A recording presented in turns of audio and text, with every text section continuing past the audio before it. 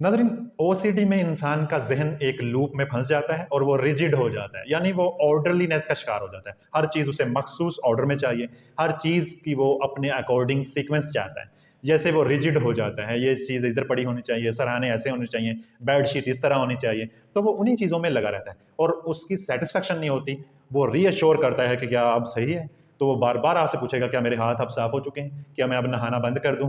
तो ऐसे पेशेंट्स को ईआरपी की सख्त ज़रूरत होती है, उसे फौरी तौर पे आपको साइकोथेरेपी के लिए लाना चाहिए। अस्सलाम वालेकुम नाजरीन, मैं हूं अब्दुल मन्नान, क्लिनिकल साइकोलॉजिस्ट। नाजरीन, आज के इस वीडियो सेशन में हम बात करेंगे कि what is the best treatment of OCD without any medication.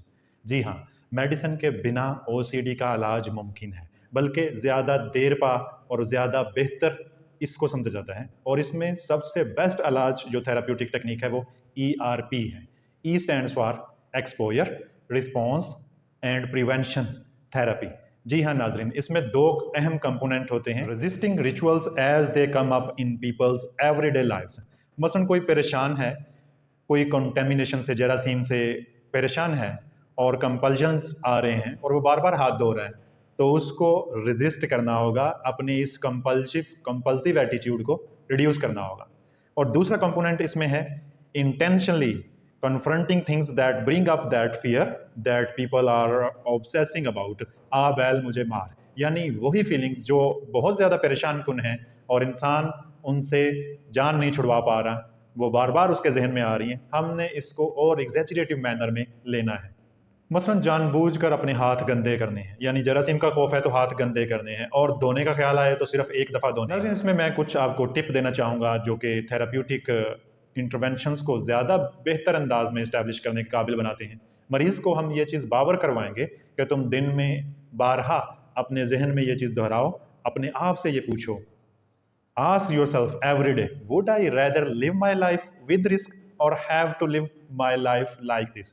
क्या मुझे इस जिंदगी में रिस्क लेने हैं या इसी तरह से जीते रहना है और अपनी छोटी छोटी एंग्जाइटीज़ को दूर करने के लिए अपने कंपल्सिव एक्ट को और बढ़ाते जाना है। यानी ख्याल आ रहा है कि मुझे जरासीम लग जाएंगे और इंसान उस ख्याल को पाया तकमील तक ले जाए और हाथ धोता रहे बार बार। क्या मैं अपनी ज़िंदगी में चेंज लेके आऊँगा या आऊँगी, या फिर मैं इसी तरह से हाथ धोती रहूँगी या धोता रहूँगा, अपनी एंग्जाइटी को कम करने के लिए अपने जहन की वॉइसेस पे अमल दरामद करता रहूँगा।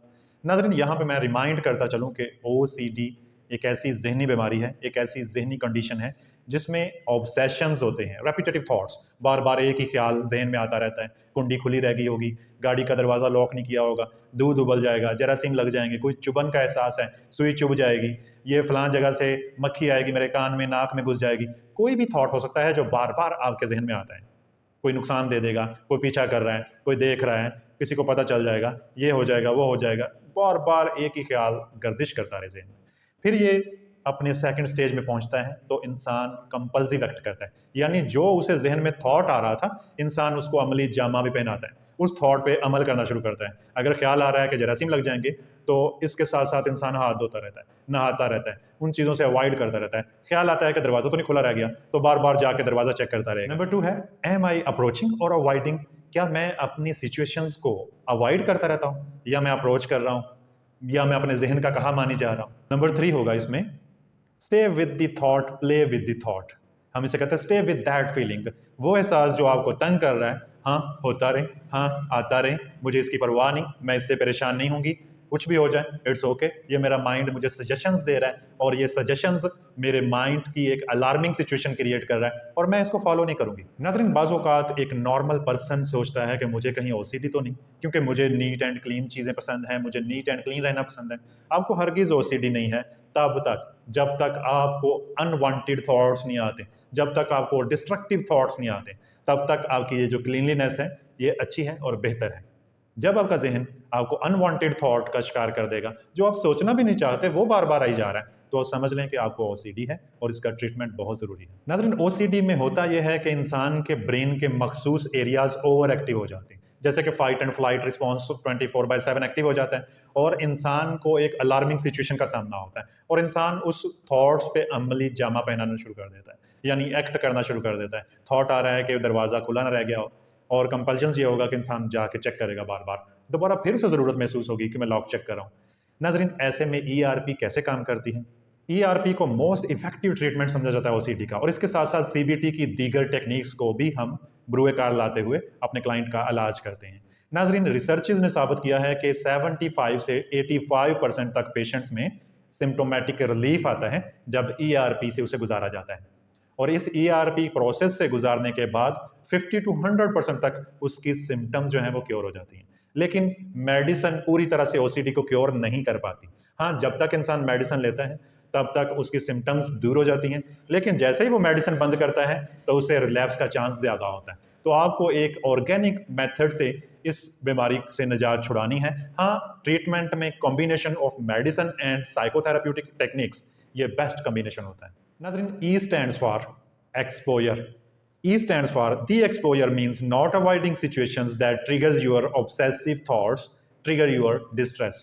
जी हाँ, E का मतलब है कि आपको वो सारी चीज़ें जो हैं उनका एक्सपोजर करना है जिनसे आप डरते हैं, जिनका आप सामना ही नहीं करना चाहते। R stands for response. Response prevention means not acting on the thoughts, यानी अपने thoughts पे मिनोन एक्ट नहीं करना। Not acting on the discomfort, not carrying out your compulsions, यानी अपने कंपल्जन्स को लेके नहीं चलना। जी हाँ, आपका जहन आपको परेशान करेगा, बार बार वो चीज़ कहेगा कि ये कर लो, जरासीम लग रहे हैं, ये हो जाएगा, वो हो जाएगा, लेकिन आपने कंपल्सिव एक्ट नहीं करना। तो ये ईआरपी थेरेपी के ज़रिए हम ये चीज़ इस्टेब्लिश करते हैं, हमारा क्लाइंट ये सीख लेता है। बिलीव मी, जब आप कंपल्सिव एक्ट पे काबू पा लेते हैं तो आप इससे जान छुड़वा लेते हैं। ओसीडी के पेशेंट्स को ये चीज़ समझनी होगी कि उनका जहन नॉर्मल नहीं रहा, वो एक लूप में स्टक हो गया है, और ये एक ऐसी लूप है जिसमें इंसान को बार बार अलार्मिंग सिचुएशन का सामना होगा। एक अंदर से जहन से अलार्म बोलेगा जो आपको कहेगा कि ये चीज़ कर लो, ये चीज़ कर लो। आपका माइंड आपको डिफरेंट सजेशंस देगा, तो ऐसे में हमने उसकी सजेशंस को नहीं मानना। हम अपने क्लाइंट को ये चीज़ बावर करवाते हैं कि उसके जहन की ये जितनी भी वॉइसेस हैं, ये जो जितने भी इंट्रूसिव थॉट्स हैं, ये खतरनाक नहीं है, इन पे एक्ट करने की हरगिज़ कोई ज़रूरत नहीं। यहाँ पे मैं आपको दो न्यूज़ दूंगा। एक गुड न्यूज़ ये है कि ईआरपी की मदद से आपके ब्रेन लेवल्स दोबारा से नॉर्मल लेवल में आना शुरू हो जाते हैं, और इसमें बैड न्यूज़ ये है कि आपको अपने कंपल्सिव एक्ट को रोकना होगा। जैसे ही आप अपने कंपल्सिव एक्ट को रोकेंगे, यानी अपने जहन का कहा नहीं मानेंगे, बल्कि उसके उलट चलेंगे, अगेंस्ट चलेंगे, तो आपका जहन नॉर्मल स्टेट में आ जाएगा। बिलीव मी, कुछ वक्त के साथ आप नॉर्मल होना शुरू हो जाएंगे। नाज़रीन, इसकी मिसाल ऐसे है जैसे एक मरीज़ है, उसे जरासीम का खौफ है, उसका जहन बार बार कहता है जरासीम लग जाएंगे, जरासीम लगे हैं, हाथ गंदे हैं, हाथ गंदे हैं, तो वो उसे धोता है, बार बार धोता है। वो डिनर से पहले 15 से 20 दफ़ा अपने हाथ धोता है, वो वॉशरूम से निकलने के बाद अपने हाथ जो है वो काफ़ी दफ़ा धोता है। तो हम उसको बाउंड करेंगे कि तुमने सिर्फ एक दफ़ा हाथ धोने हैं और उसके अलावा हाथ नहीं धोने, चाहे तुम्हारे हाथों पर कुछ लगाओ, चाहे तुम्हारे हाथ जम्स वाले हों, फिर भी तुमने हाथ नहीं धोने। हम ये चीज़ उससे इस्टेब्लिश करेंगे। इसके लिए हम सम टाइम अपने क्लाइंट्स को कहते हैं कि जब तुम बात लेने जाओ तो अलार्म लगा दो कि इतने टाइम में तुम्हें बाहर आना ही है, क्योंकि ऐसे पेशेंट्स बार बार साबुन का इस्तेमाल करते रहते हैं। नाज़रीन, ओसीडी की मुख्तलिफ शक्लें हैं, ज़रूरी नहीं कि ये जरासीम का ही खौफ हो, इसकी बहुत सी डायमेंशंस हैं। मैंने इस पे पहले वीडियो सेशंस किए हैं, आप उनको भी देख सकते हैं। नाज़रीन, ओसीडी में इंसान का जहन एक लूप में फंस जाता है और वो रिजिड हो जाता है, यानी वो ऑर्डरलीनेस का शिकार हो जाता है। हर चीज़ उसे मखसूस ऑर्डर में चाहिए, हर चीज़ की वो अपने अकॉर्डिंग सीक्वेंस चाहता है। जैसे वो रिजिड हो जाता है, ये चीज़ इधर पड़ी होनी चाहिए, सराहने ऐसे होने चाहिए, बेडशीट इस तरह होनी चाहिए, तो वो उन्हीं चीज़ों में लगा रहता है और उसकी सेटिस्फेक्शन नहीं होती। वो रीअश्योर करता है कि क्या अब सही है, तो वो बार बार आपसे पूछेगा क्या मेरे हाथ अब साफ हो चुके हैं, क्या मैं अब नहाना बंद कर दूं। तो ऐसे पेशेंट्स को ईआरपी की सख्त ज़रूरत होती है, उसे फौरी तौर पे आपको साइकोथेरेपी के लिए लाना चाहिए। नाज़रीन, ओसीडी के मुख्तलिफ फीचर्स हैं, मैंने इसके ऊपर एक शॉर्ट वीडियो बनाई है, आप वो देखेंगे तो आपको 4-5 किस्म के ओसीडी की डायमेंशंस मिलेंगी। मसलन एक शख्स है, उसे डर है कि वो चाकू उठा के अपने प्यारे को मार देगा, तो उससे ये चीज़ बावर करवाते हम कि तुम वायलेंट पसंद नहीं हो, तुम वायलेंस नहीं करते, तुम एक अच्छे बच्चे हो, तुम एक अच्छी बच्ची हो, तुम हरगिज़ ये नहीं करोगे, इट्स ओके, तुम्हें ये चाकू इस्तेमाल करना है जैसे बाकी लोग इस्तेमाल करते, तुम्हें हरगिज़ नहीं घबराना। तो हम अपने क्लाइंट को इस तरह से इस थेरेपी से गुजारते हैं, तो वो फिर लड़ लेता है अपनी बीमारी से और वो बेहतर होना शुरू कर देता है। आपने दरवाज़ा सिर्फ एक दफ़ा चेक करना है और किसी दूसरे को भी नहीं भेजना कि बार बार चेक करें। इसी तरह से बाकी चीज़ों में भी आपके कंपल्सिव एक्ट जो है वो सिर्फ एक दफ़ा करवा दिए जाएंगे। इस तरह आप अपने ओसीडी पे काबू पाएंगे। नाज़रीन, इसके अलावा भी ओसीडी की कुछ थेराप्यूटिक इंटरवेंशंस हैं जिसके ज़रिए इसको क्योर किया जाता है। हाँ, मेडिसिन से ये पूरी तरह से क्योर नहीं हो पाता। जैसे ही मेडिसिन छोड़ेंगे तो ये दोबारा से सिम्टम्स आना शुरू हो जाएंगे। इसमें आमतौर पर जो मेडिसिन दी जाती हैं वो SSRIs कहलाती हैं, सेलेक्टिव सेरोटोनिन रीअपटेक इनहिबिटर्स। इसका इस्तेमाल इसमें किया जाता है और इसका इस्तेमाल तब किया जाता है जब कंडीशन ज़्यादा वर्स हो जाए और साइकोथेरेपी अकेली काम ना कर रही हो। ताहम दवाइयों के बाद रिलैप्स के चांसेस होते हैं कि जैसे ही दवाई बंद करेंगे तो अलामात दोबारा आना शुरू हो जाएंगे। इसके अलावा भी कुछ साइकोथेराप्यूटिक टेक्निक्स होती हैं जो हम इस्टेब्लिश करते हैं और क्लाइंट को उसकी असल ज़िंदगी में वापस लेके आते हैं। जैसे एक्सेप्टेंस एंड कमिटमेंट थेरेपी है, जैसे फैमिली थेरेपी है, जैसे कॉग्निटिव बिहेवियरल थेरेपी है, माइंडफुलनेस थेरेपी है। तो इस तरह से हम अपने क्लाइंट को मदद देते हैं कि वो अपने ओसीडी को हरा सकें।